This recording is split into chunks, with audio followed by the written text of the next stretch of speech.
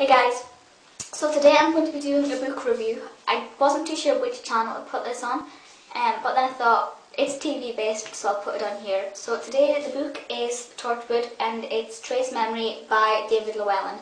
This is the first Torchwood book I read. I wasn't sure what to expect. I've read a couple of the Doctor Who books, but I got this from the library, it's a library book. And this is in the adults fiction, whereas the Doctor Who books are of course in the children's fiction. So I was thinking it's going to be quite a lot different from the Doctor Who books I've read. And I can now confirm that it is a lot different. It's brilliant. My initial opinion is it's fantastic.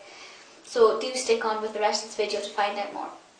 It tells the story of Michael. Michael's from 1950s and he was loading a crate. There was a crate coming in on the docks and he was loading the crate and the crate exploded.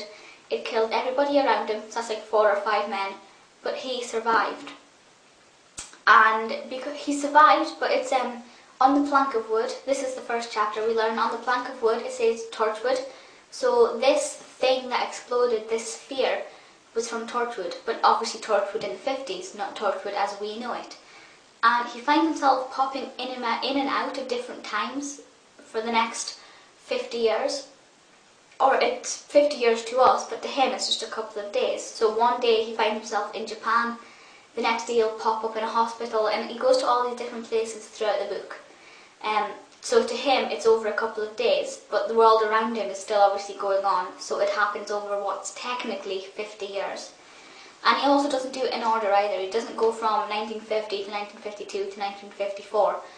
He goes from like 50 something to 60 something to 40 something to present day.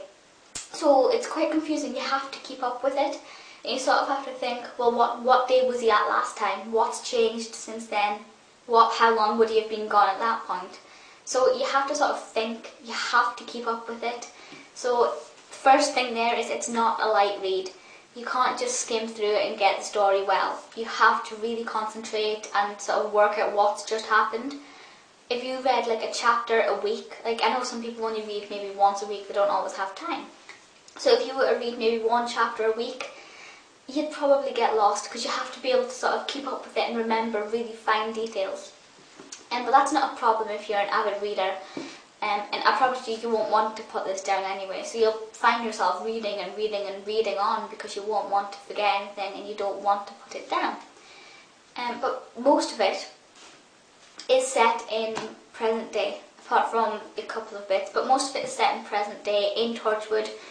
So we do get a lot of the Torchwood guys, which I think is obviously the main thing, because while it's all about Michael, there is obviously heavy involvement with the Torchwood people, which I think is really good.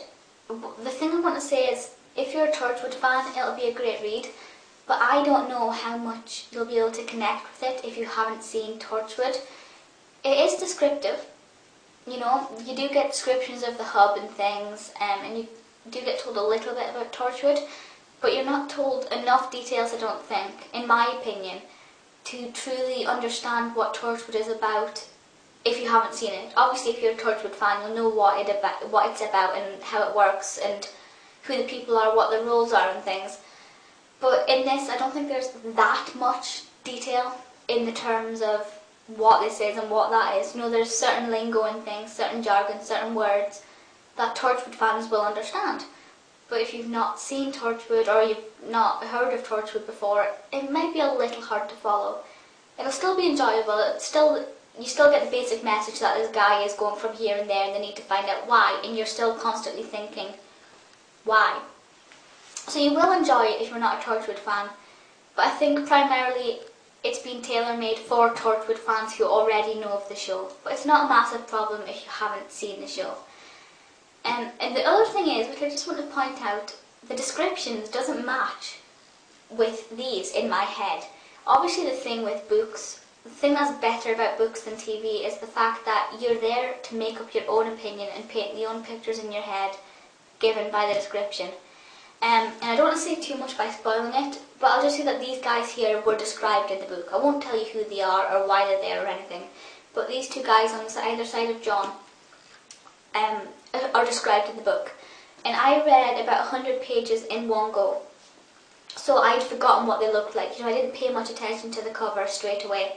So I didn't have these in my head. And then they were describing it, and I was like, I painted this picture in my head, and I was like, alright, they look like that. And then I closed the book, and I looked at these, and I'm like, that's not what was in my head. So that's a little bit confusing. But the good thing about this is that, I suppose even if you haven't seen Torchwood, you know what the characters look like.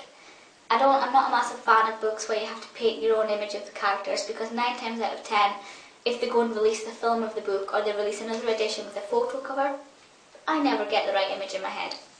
But it's great to be able to see even everybody doing the scenes, saying the lines and everything. I really like that connection. When I was younger, I couldn't read books that was on TV. Like, I couldn't read Sabrina books. I wouldn't have been able to read Doctor Who books.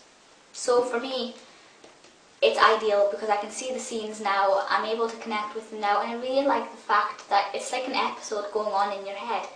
You get to direct the episode, because while you've got, like, well, technically directions, you know, Gwen walked over to the computer or something, it's up to you how she does it. It's up to you what to do with it. So you've got the set design there, you know what the Torchwood hub looks like, you know what it all looks like.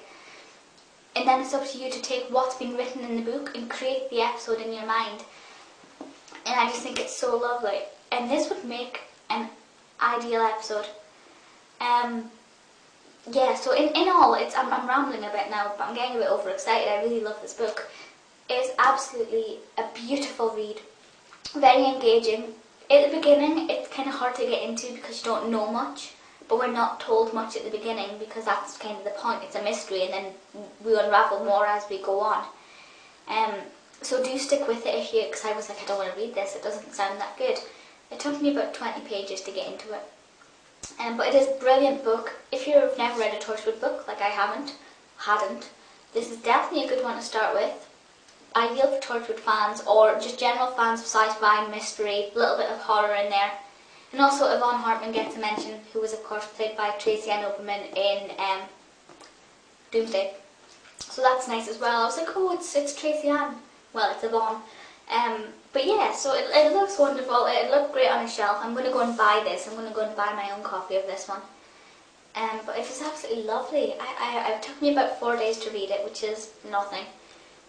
Beautifully written, fantastic plot, great description. Like I said, not enough description for perhaps non-Torchwood fans, but enough description for Torchwood fans to be able to play with it in their own way. Plus, I don't want to spoil it, but there's a really beautiful kissing scene with, well, part, not really a scene, with Jack, and it just melts my heart because I love John Barrowman a lot. But yeah, so it's an absolutely brilliant book. Go and read it if you can. I'll just double check the page count, 260. Not that many pages. Beautiful book, definitely worth a read. One of my new favourite stories. Please feel free to leave comments and things and let me know your thoughts, and I will see you next time. Bye guys.